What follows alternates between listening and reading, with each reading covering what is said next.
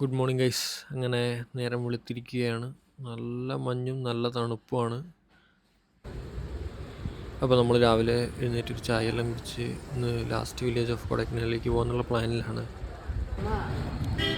അങ്ങനെ നമ്മൾ ഏകദേശം ഒരു 19 കിലോമീറ്റർ ഉണ്ട് ഈ ലാസ്റ്റ് വില്ലേജിലേക്ക്. അപ്പോൾ പെട്രോൾ അടിക്കാമെന്ന് വിചാരിച്ച് വന്നതാണ്. അപ്പോൾ അതേ അടുത്തൊരു സ്കാം. ഇവിടെ പെട്രോളിന് നോർമൽ പെട്രോൾ ഇല്ല, പ്രീമിയം മാത്രമേ ഉള്ളൂ പോലും. നോർമൽ പെട്രോളിൻ്റെ പിന്നെ എന്താ പറയുക, മെഷീൻ ക്ലോസ് ചെയ്ത് വെച്ചിട്ടുണ്ട് അപ്പുറത്ത്. കാരണം ഇവർക്കും അറിയാം രാവിലെ ഇവിടെ വരുന്ന എല്ലാവരും നമ്മളിപ്പം ആ മൈൻഡിലാണല്ലോ വന്നത്. രാവിലെ ഇവിടുന്ന് പെട്രോൾ അടിച്ചിട്ട് പോവാം എന്നൊരു മൈൻഡിലാണ് വന്നത്. എല്ലാവരും അങ്ങനെ തന്നെയാണ് ചുരം കയറി വരിക. ഇവരിവിടെ വന്നപ്പോൾ പെട്രോളിന് പ്രീമിയം മാത്രമേ ഉള്ളൂ.